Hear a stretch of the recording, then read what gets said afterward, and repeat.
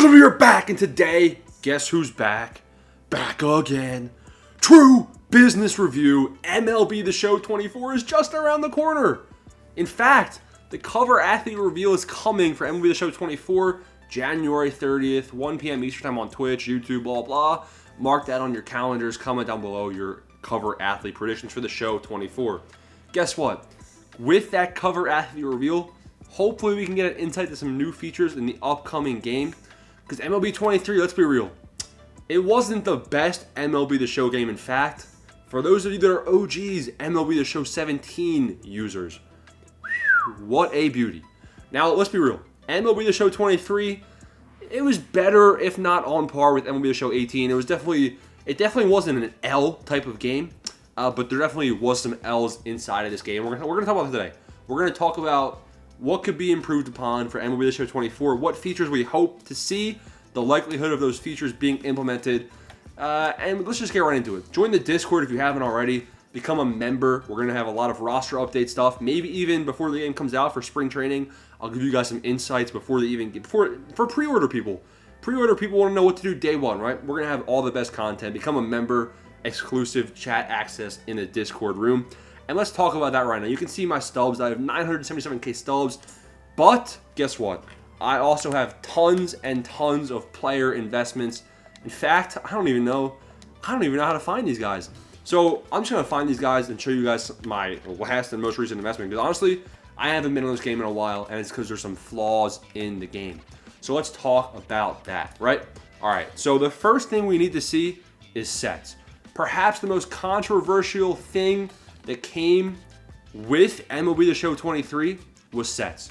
They decided to go against what they've been doing in the past. In the past, what has it been? It's been cards of different classes. So for example, you'd have a guy like Randy Arozarena. He's the World Baseball Classic program card. That would be his theme. You'd have a collection just for the World Baseball Classic. You get a voucher and then use that voucher in a bigger set. You know, you get guys from Team Affinity. You get a Team Affinity voucher and whatnot. Things like that. So what they decided to do was use sets where every single season the cards would reset. I can't find my investments, dude. I'm broke. But let's just talk about the video, right? Maybe we'll open some packs with the stubs we do have while we wait. But we also have to look at collections. That's an important part of the video. So set collections. Obviously they had these set 1, set 2, set 3, set 4, set 5. The biggest L, in my opinion, was releasing 99 overall content on day 1 of the game. Derek Jeter was available day 1. He's part of the live series collection, I believe. And having the live series collection is always a good thing right here. You can get Derek Jeter day 1 if you gem your way through the game, right? Crazy.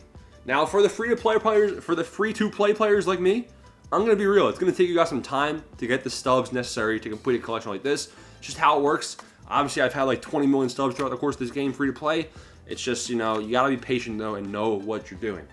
99 overall, available day 1, not a good idea. In fact, MLB The Show 16, so this was before the glory days of 17, right?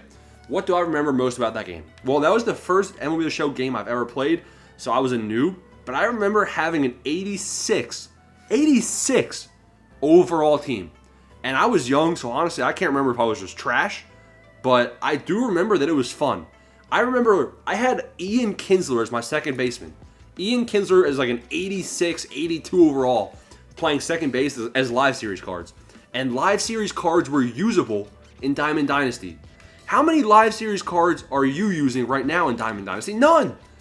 It's just there's almost like, you could even say, you could argue that there's been too much content, right? And what I mean by that is the thing that people will say they hate the most is that there's a bunch of like repeat players throughout the sets. Every set, the new content after you get through set 1, set 2, what did they release in set 5? They released the same card, the same player from set 1, but just this, you know, different card art, maybe a little bit different stats and whatnot. That can't be happening. What can be happening to avoid that? What can happen is actually that instead of releasing 99 overalls on day 1, we're going to take a look at Bryce Harper, for example. We can look at Bryce Harper from the Phillies. He has the 99 overall card earlier in the game. He obviously has his live series, but then when we go to his cards, if I can find him, he's got 299s. Look at that. We got a set 5 Bryce Harper and then a set 2 Bryce Harper. Card art's different. Attributes pretty similar. So, I mean, it just makes it not fun because if you're in set 5 of the game, why are you grinding for a 99 Bryce Harper again when you already worked hard to get him the first time? Right? Correct. Okay. So, the sets thing was a good idea. I'm glad they experimented and tried it out and whatnot. But really, it's just, it's got to go in my opinion. Set 1, fun. It was nice, right? Set 1 was fun. Yeah, 99 overalls are on my team. That's hype. Great.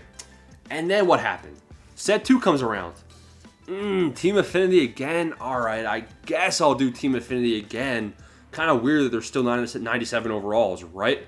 Well, beyond that, come Season 3 when Season 1 cards were expiring, Season 3 was still playable, but at that point it was getting repetitive. And everything from Season 4 beyond, L. Massive L, card duplicates, Team Affinity being 97 overalls, L. The Team Affinity collection did not save it in my opinion. The grind has to be different every single time. That's another thing. Team Affinity needs to have a massive overhaul in my opinion. If they're going to repeat Team Affinity over and over and over again, this collection was a good idea, but it just can't be the same grind over and over again. Give people something to play for. I also think another way, I don't think that they're actually going to get rid of sets. I just think that now that they're in on sets, they're not going to do that massive overhaul and get rid of it. So I do think sets will reoccur. What I really would love to see, my greatest want, would be a game where 3 months in, the average, good players team is around 91 overall.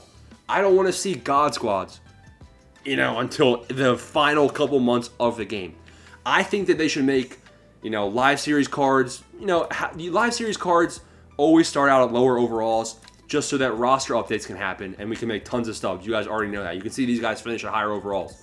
So Acuna, now he's 97 overall. He'll probably start out as an 89 overall, 90 overall, and we'll be able to invest in him to go up, right? Stuff like that. So I'm fine with that. The live series, they should be whatever overall SDS does with that, I'm fine with it. But the collection rewards and everything like that, set 1, if they want to do sets, they should make set 1 players, make some of the best rewards 89 overall, 88 overall, because they basically control the quality of every single person's team.